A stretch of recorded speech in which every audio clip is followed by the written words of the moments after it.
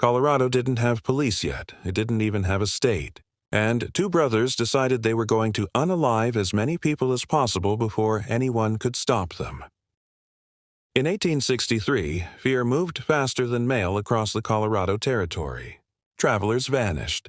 Cabins were found silent. Bodies appeared along trails with no witnesses left alive. The attackers weren't hiding. They wanted to be known. Their names were Felipe Espinosa and Vivian Espinosa.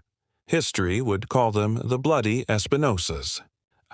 The Espinosa brothers came from the San Luis Valley, land that had once been Mexico. After the Mexican-American War, borders shifted overnight. Families lost land. Rights disappeared. Protection vanished. The Espinosas believed they had been wronged by American soldiers and settlers. Arrested, beaten, humiliated. Felipe claimed something else, too. He said God spoke to him, and that God told him to unalive Americans as punishment. What started as robbery turned into a campaign of terror. The brothers moved through the mountains and plains, targeting isolated ranches, stagecoach routes, and lone travelers. They didn't discriminate. Men, women, families. By the end of their spree, more than 30 people were unalived. Some historians believe the number was higher. Fear settled into Colorado like a permanent fog. But then came the letter. Felipe Espinosa wrote directly to the territorial governor. In it, he threatened to unalive 600 white men unless he and his family were pardoned and given land. He signed his name. No disguise. No fear. The U.S. Army tried to stop them. It failed. During one attempted arrest, the Espinosas opened fire, unalived a soldier, and escaped back into the wilderness. Colorado was vast. Law enforcement barely existed, and the brothers knew the land better than anyone hunting them. Eventually, a posse caught up. In April of 1863, a violent shootout left Vivian Espinosa unalived. Felipe disappeared. For a moment, people believed it was over. They were wrong.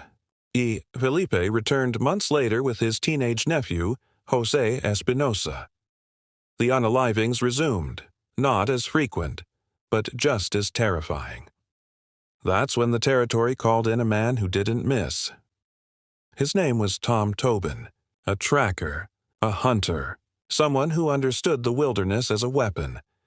Tobin followed signs most people couldn't see: broken twigs, ashes, footprints swallowed by snow. In October of 1863, he found them. Felipe Espinosa and his nephew were unalived in the mountains.